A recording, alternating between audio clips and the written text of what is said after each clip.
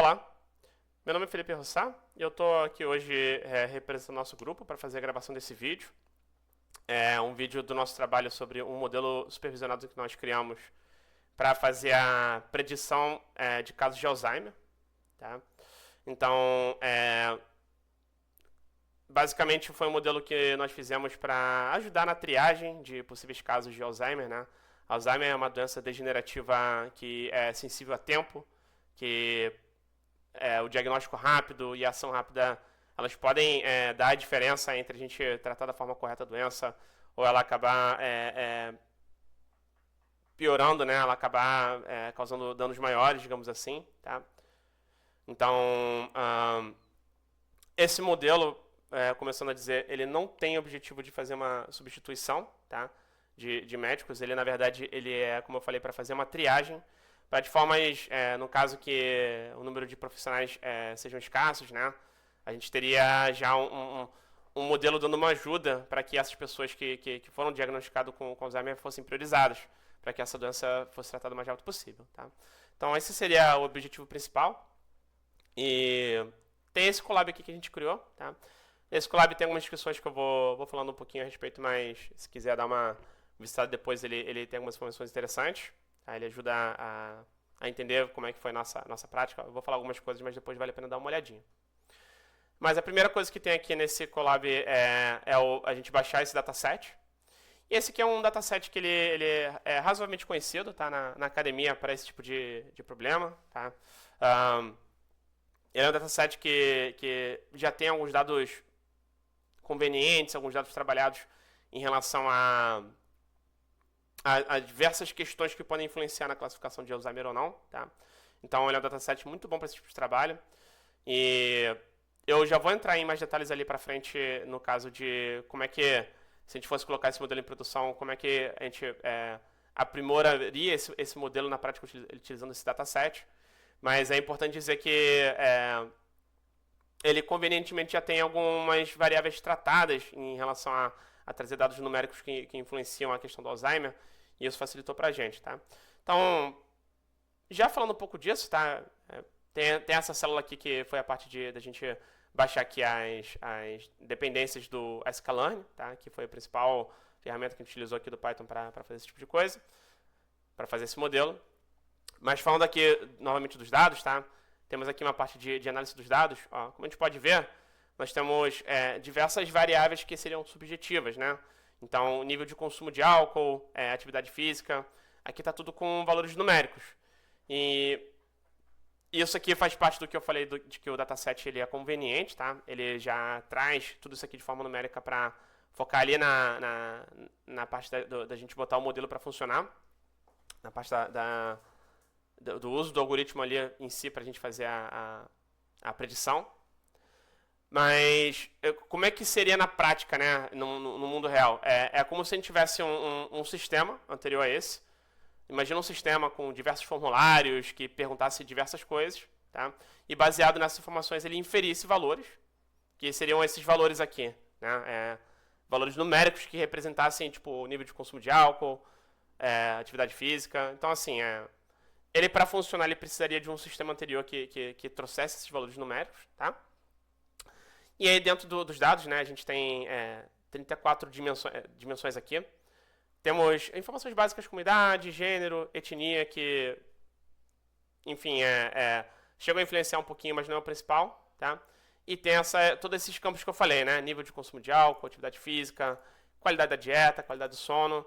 Lembrando, né, como se eu tivesse feito diversas perguntas a esses pacientes e inferido valores numéricos para a gente poder trabalhar em cima deles para poder fazer a predição, tá? Então, essa análise foi importante também para a gente decidir se a gente ia usar esse dataset ou não. Tá? Esse aqui foi um ponto inicial importante. Tem duas colunas aqui que não foram úteis aqui para o nosso modelo, que foi o ID do paciente e o médico responsável, então a gente removeu aqui. Tá? É muito importante procurar não atochar no nosso modelo informações que não são relevantes. A gente viu que todo esse cuidado ajudou a melhorar ali a eficácia dele. E uma coisa importante que eu vou falar agora na seção de análise de dados é que esse modelo está desbalanceado. A gente tem cerca de 65% de casos desse modelo aqui, né, de entradas Sim, também eu esqueci de falar que a gente tem a nossa variável target, que é a diagnóstico, tá? Isso aqui é muito importante, tá? Essa vai ser a variável final que a gente vai utilizar para decidir se a pessoa está com Alzheimer ou não. Então, essa variável target, ela está desbalanceada. Ela está com 75% dando como não Alzheimer, 35% com Alzheimer. E é justamente por isso, e em geral, por conta da própria natureza de dados médicos em si, a gente está usando como principal fator de acurácia aqui o F1 score. Tá? Na hora da gente ver ali a parte do uso dos algoritmos para ver se foi bem sucedido ou não, a gente vai utilizar o F1 score como principal métrica para a gente tentar entender se esse modelo está tendo um sucesso ou não. Tá? Outras informações que foram analisadas antes da gente decidir continuar com esse dataset foi aqui a questão de balanceamento de idade, a maioria dos pacientes acima de 60 anos. Aliás, todos os pacientes acima de 60 anos e a maioria ali entre 85 e 90. A questão de balanceamento de sexo está balanceado entre feminino e feminino. Isso é interessante porque significa que esse modelo não vai ter esse tipo de enviesamento de gênero.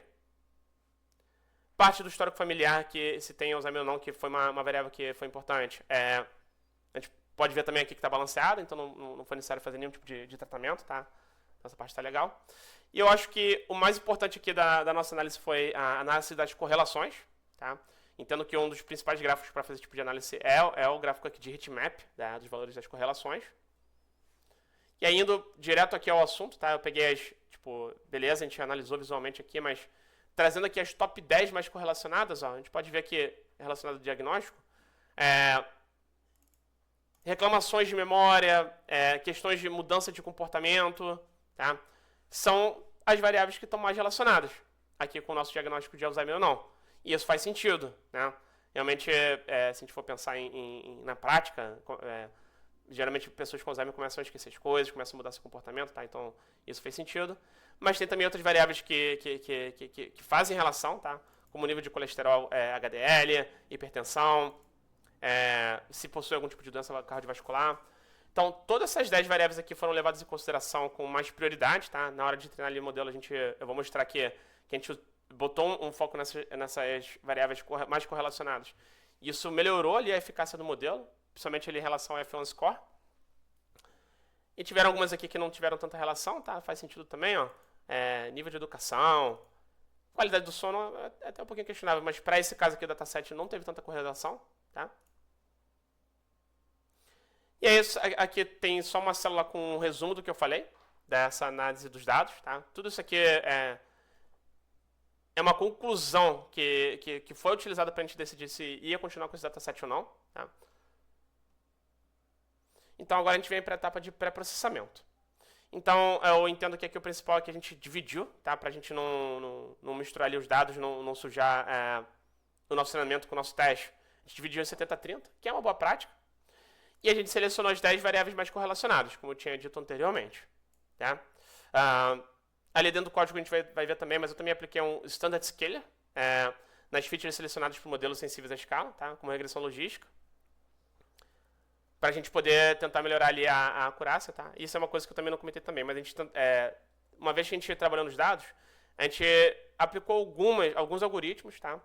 No final aqui a gente documentou apenas 3, mas foi também para mostrar que a gente tentou vários algoritmos aqui para ver qual seria o que teria maior performance, né?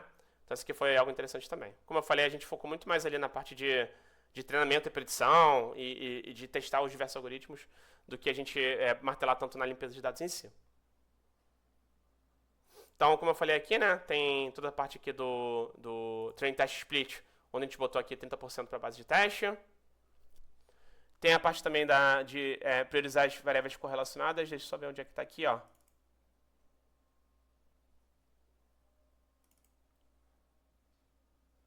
A gente, aqui tem esse top features que a gente utilizou para botar o Xtrain e o Xtest. Então a gente utilizou esse Xscaled, né? Depois ali na hora dos algoritmos. Então a gente tomou todo esse cuidado, tá? E aí, por fim, antes da gente começar a testar o modelo, da gente ver, a gente pegou um dummy, que foi basicamente pegar um chute inteligente, digamos assim, tá? Para a gente ter uma referência do ganho real que a gente teve aqui em relação a utilizar os algoritmos, tá? E a gente pode ver que para um dataset que estava bem trabalhado, a acurácia e o F1 score dele estava bem baixo, antes da gente trabalhar ali com os algoritmos, né? Então isso aqui foi justamente para mostrar como todo o trabalho que a gente fez, das correlações e de treinar o modelo da forma correta, vai melhorar tanto a acurácia quanto o F1 score, né? Vai melhorar bastante. E eu vou mostrar isso daqui a pouquinho quando a gente for falar de cada algoritmo que a gente utilizou, tá? Então, no modelo 1, a gente utilizou aqui o Randall Forest. Eu já vou trazer aqui que esse foi o algoritmo que teve a melhor performance, digamos assim, tá? Ele foi o melhor de todos, tá? E aí ele não precisa de escala, ele captura não linearidades. Ele acabou performando melhor no F1, mas também na acurácia, tá? E aí mostrando aqui a matriz de confusão para a gente tentar ver a questão de falso positivo, falso negativo. Tivemos aqui métricas bacanas, tá? Aqui ele também mostra as variáveis que tiveram mais importância, né, nessa nossa base reduzida. E aí, né, como eu tinha falado, ó, a gente chegou a ter um F1 score de 96%, tá bem alto, tá?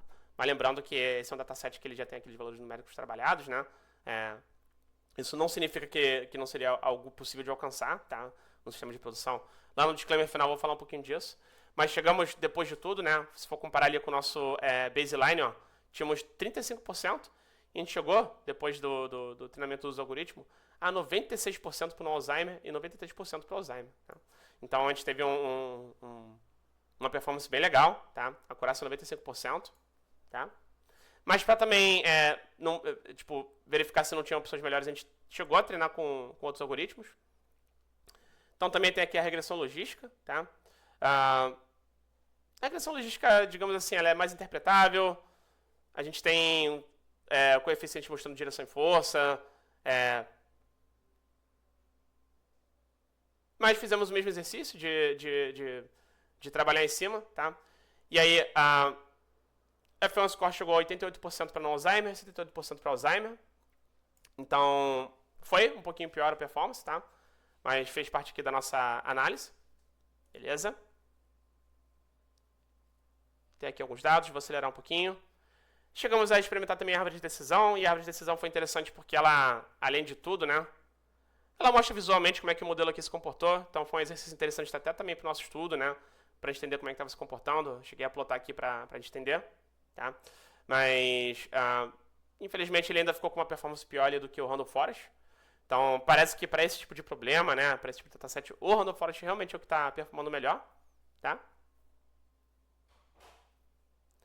Temos aqui uma validação cruzada considerando o desvio, tá? Pegando o F1 médio ali de acordo com os resultados que a gente teve, considerando o desvio. E aí dá para ver que o Randall Forest que está o melhor entre os três. Sendo que a árvore de decisão também chegou numa performance bacana. Tá? Eu deixei aqui só para a gente deixar comparativo. Finalmente tem uma tabela comparativa, falando aqui dos modelos, para a gente tentar, se a gente quiser, sei lá, um ponto de melhoria que a gente não fez aqui no trabalho, que foi fazer o file tuning, né? Se a gente quiser brincar ali um pouquinho mais com outros modelos, com outras variáveis, com outros hiperparâmetros, perdão. A gente poderia brincar e depois usar esse próprio gráfico aqui para ir comparando, tá? Na verdade, quando a gente estava construindo, a gente usou muito esse gráfico comparativo. E teve até momentos que, quando a gente estava brincando ali com as correlações, que o Decision Tree chegou até a ser melhor, tá? Então, isso aqui foi legal para a gente ir analisando. E eu acho que só resta, assim, como disclaimer final, né, frisar nesse ponto de que o dataset, esse modelo para funcionar, né, utilizamos ali o Randall Forest, se a gente quisesse usar em produção, o principal é a gente entender que precisamos de um sistema anterior a esse, tá, que vai fazer diversas perguntas ali para o usuário para chegar naqueles valores numéricos, para que a gente tenha os dados já trabalhados para a gente conseguir fazer a predição da melhor forma. Tá? Esse exercício aqui, o principal foi comparar ali algoritmos e mostrar as técnicas que a gente utilizou de análise de correlação e de tudo para a gente chegar nas melhores métricas. Tá? Mas realmente foi uma base do Kaggle já trabalhada e estaríamos contando que tivesse um sistema anterior para calcular isso para a gente. Tá? Não que para a gente botar esse sistema de produção a gente não poderia fazer isso. Tá? Na verdade, eu acho que ele seria bem aplicável se a gente fizesse o sistema anterior. Mas eu entendo que por enquanto é só. Tá? Esse foi o exercício que a gente fez. E obrigado por assistir e até a próxima.